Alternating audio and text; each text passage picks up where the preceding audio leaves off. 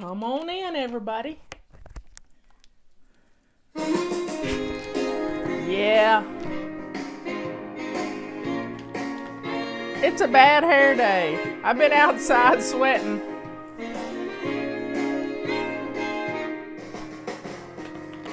Oh, it's just going to be the acoustic version. Flying.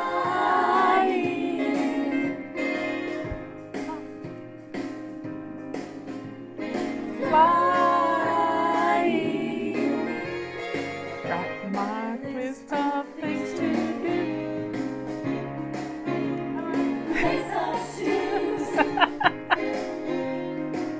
Better way. Flying. Get on in here. Piles of clutter could be blessing others, and I'm flying.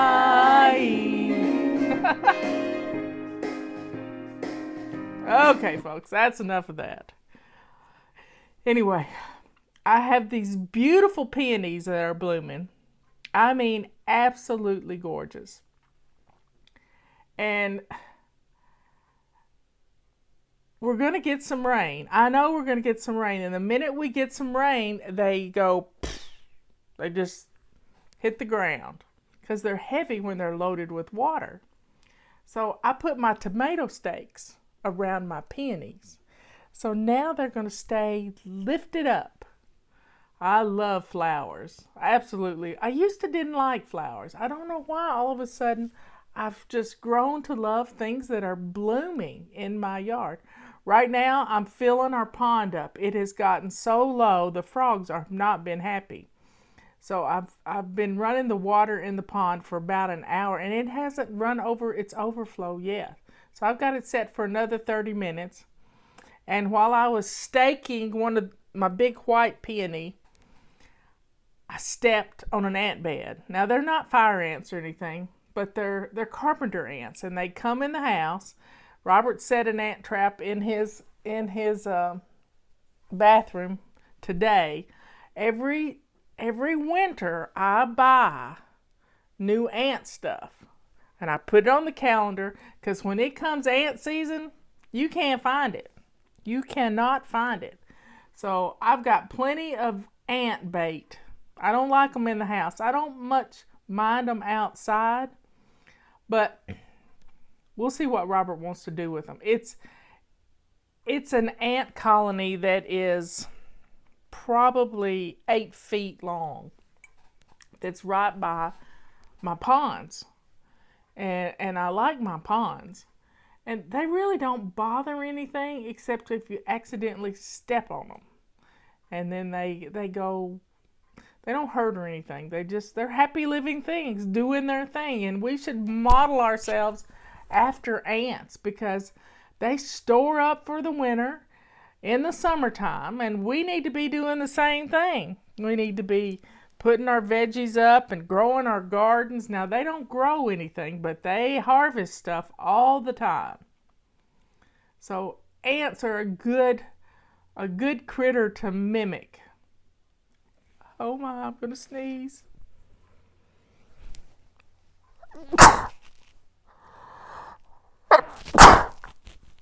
Pardon me. That came out of nowhere. So I have my Untie of Knots cup. I was talking with my neighbor yesterday. He came over and got the Curtis Creek Manifesto that I got for him, the book, and a knot book. And he said, I really do like to untie knots. And I said, I do too. It's one of my favorite things. It's so calming to me to untie knots. I have untied a lot of fly line in the past, but I've untied all kinds of knots, and it just makes me happy to untie knots. Well, this is the Holy Mother, the Untier of Knots. It is a painting that is in, I think, a German church. And one day I'll get to see that painting. I'd like to see it because it's just beautiful. It's Holy Mother untying the knots that we've gotten ourselves into. Jesus can do that for us. We have lived simple lives, and when we repent and give our lives to the Lord And we just stay on top of things. And when we sin, we repent again. You know, this is a beautiful life we've been given. But one day, we're going to be laughing in the face of the devil because he's not going to win us. He's not going to win us. I was watching Mark Lowry's show today. If you don't follow him on YouTube, you need to follow him because he has a sing-along. And he sang a song I have never heard of today. And it was Jesus laughing. And it was the most beautiful song. I've got to listen to it again to get all the words right. But in one vivid picture, it's a picture of Jesus laughing on somebody's wall. And his eyes are looking up, and the cross is right up to the left of the picture.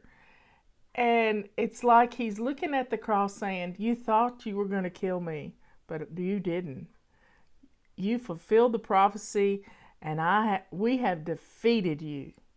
We have defeated you. And he was laughing at the cross because they thought they were going to destroy him, and it didn't happen. It did not happen. So everybody, drink up. Life is good. We're so blessed. We are so blessed. You just don't know how blessed you are until you start counting your blessings. Count them, every single one of them. You know, I have a beautiful yard. It's not fancy. It's got plants in it that I love. It's got perennials. It's got peonies. It's got ferns. I've got this variegated fern that is like a weed practically. It's everywhere. The spores just on my walkway. It's just everywhere. And it makes me so happy. Makes me happy. I can't really grow roses here, but I did grow one rose. That rose that's right over my head right there. See it? That rose had a double center. And it's just absolutely beautiful. And I took that picture and I had it put on canvas. Robert took the picture of the moth of the butterflies behind me on our butterfly weed. We don't have any butterfly weed right now, but I have some seeds, and when it comes when it's planting time, I think let me see when let me find out when the moon is growing again. So we had a full moon on the 11th. We're decreasing right now. Anyway, I have to check with my Farmer's Almanac, y'all. I don't trust anything, but the Farmer's Almanac makes me happy. So I love my garden. I've got a brick wall. Well, it's not a brick wall. It's a rock wall that's right out from my studio beside our garage. And it's got plants all in it. I've got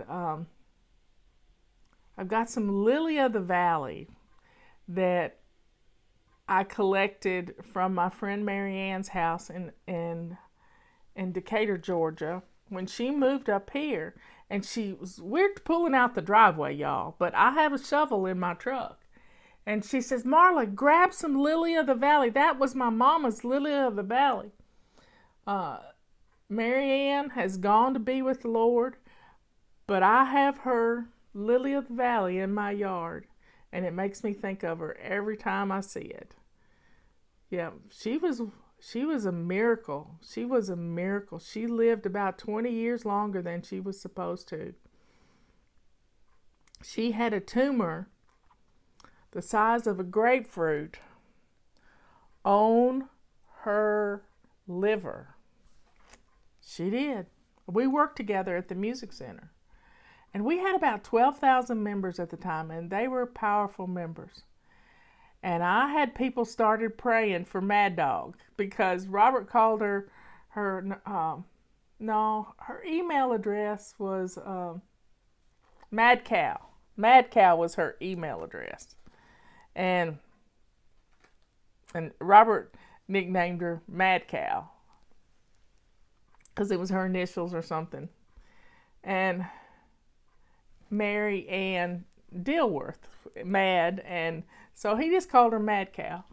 And I had everybody praying for Mad Cow, and she and her husband took the x-rays to the Mayo Clinic in Florida, and they drove down there, and she had a bunch of tests done, and people were praying like crazy. It took a couple of weeks to get in, and at first they saw the tumor, and then you know what happened?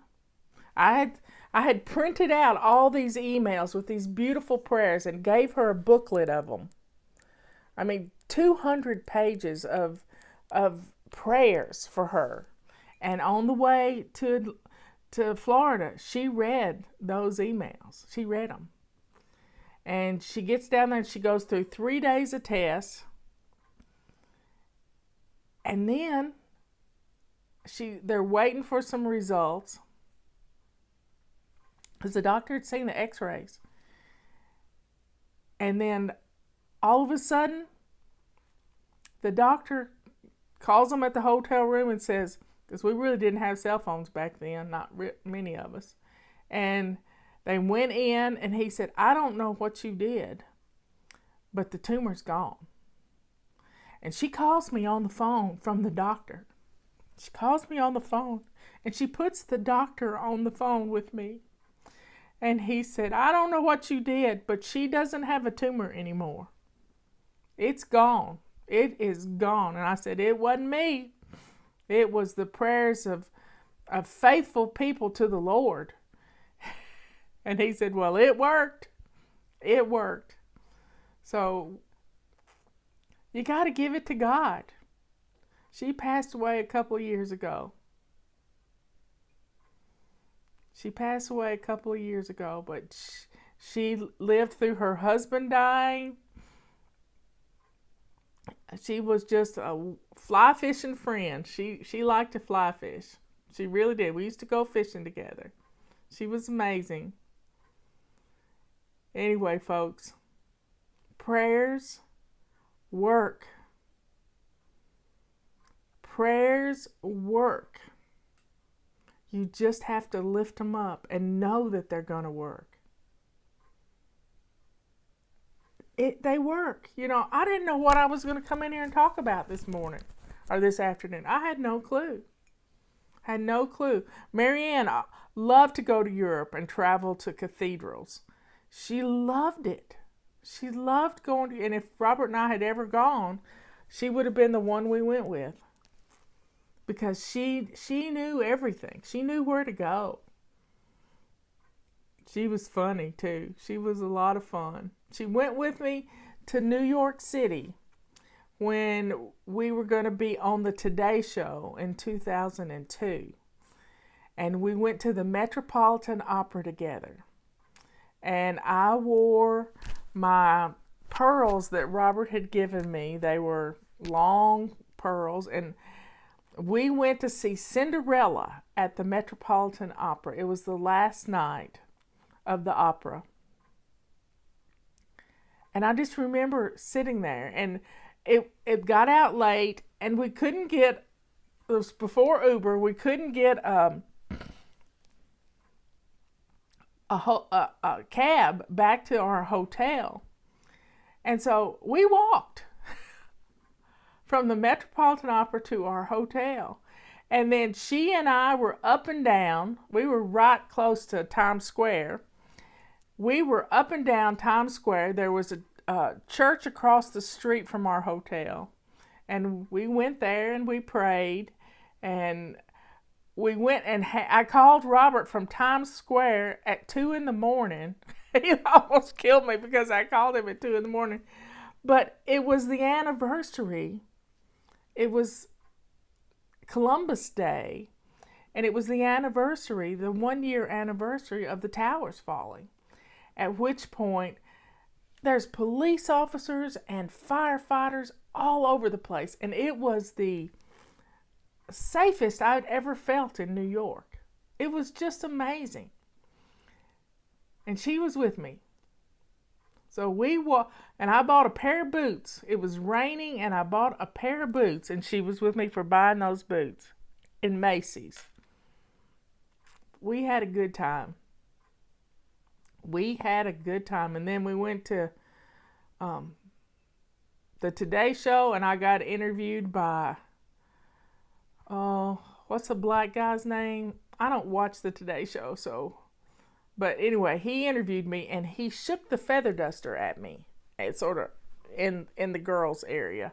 And everybody got so upset that he disrespected me, but it was my fault because I was coming out of the elevator, and there he was, and I just kind of shook the feather duster at his head to let him know that I was there, and it was funny. It was a lot of fun. But, it wasn't our book being out that got us that spot on the Today Show. It was a flybaby. Her daughter was doing an internship as a producer at the Today Show, and the daughter said, we need Fly Lady on here. And that was in the summer before we published the book, and we just held off on going in until the fall. And the book came out, and it was all history after that. Anyway, y'all, sign up for our emails. Please share our videos, because when you share, as Mark Lowry said today, and Leanne says all the time, when you share, you care. You care for others when you're sharing a new way to get your home in order. I love watching HGTV. I've been watching the Property Brothers this afternoon. And you know what they did? They took the clutter out of somebody's garage and they sorted it into 3 piles: give away, put away, and throw away. Wonder where they heard that. So everybody, drink up. Have a great day, and I will see you tomorrow afternoon. Now, we're having problems with our email, so I need your help. I've just sent out a message about it. It's being posted on Facebook too. But we've been spam copped all week long, and it's just been annoying. Our messages aren't getting out, and I really need you to click on an email, reply to an email, click on a link, click on a picture, and just let your internet service provider know that you want to get our messages. So please, please, please do this, and you'll help us all. So sharing is caring, and next Thursday,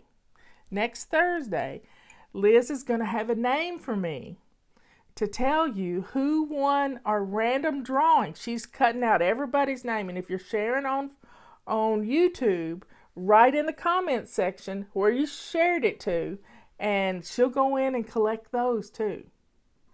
She'll do it. Sharing is caring. So I love you all. I will see you later. Have fun. It's Family Fun Day. I've been having fun. Every 15 minutes I go out in the garden and walk around, and I need to go turn the water off now because my pond is full. See you later.